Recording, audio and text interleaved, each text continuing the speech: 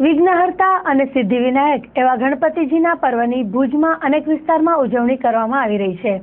જોઈએ તેનો એક અહેવાલ. ભુજના નાગર ચકલા ખાતે આવેલ સંવેદના ચેરિટેબલ ટ્રસ્ટ દ્વારા આ વર્ષે ગણેશોત્સવનું આયોજન કરવામાં આવેલ છે. ત્યારે ગઈકાલે સ્થાપનાના પ્રથમ દિવસે રાત્રે સંતવાણીના કાર્યક્રમનું આયોજન કરવામાં આવ્યું હતું, જેમાં બહોળી સંખ્યામાં લોકો ઉપસ્થિત રહ્યા હતા. સંવેદના ચેરિટેબલ ટ્રસ્ટ દ્વારા આયોજિત ગણેશોત્સવમાં દરરોજ વિવિધ કાર્યક્રમોનું આયોજન કરવામાં આવેલ છે.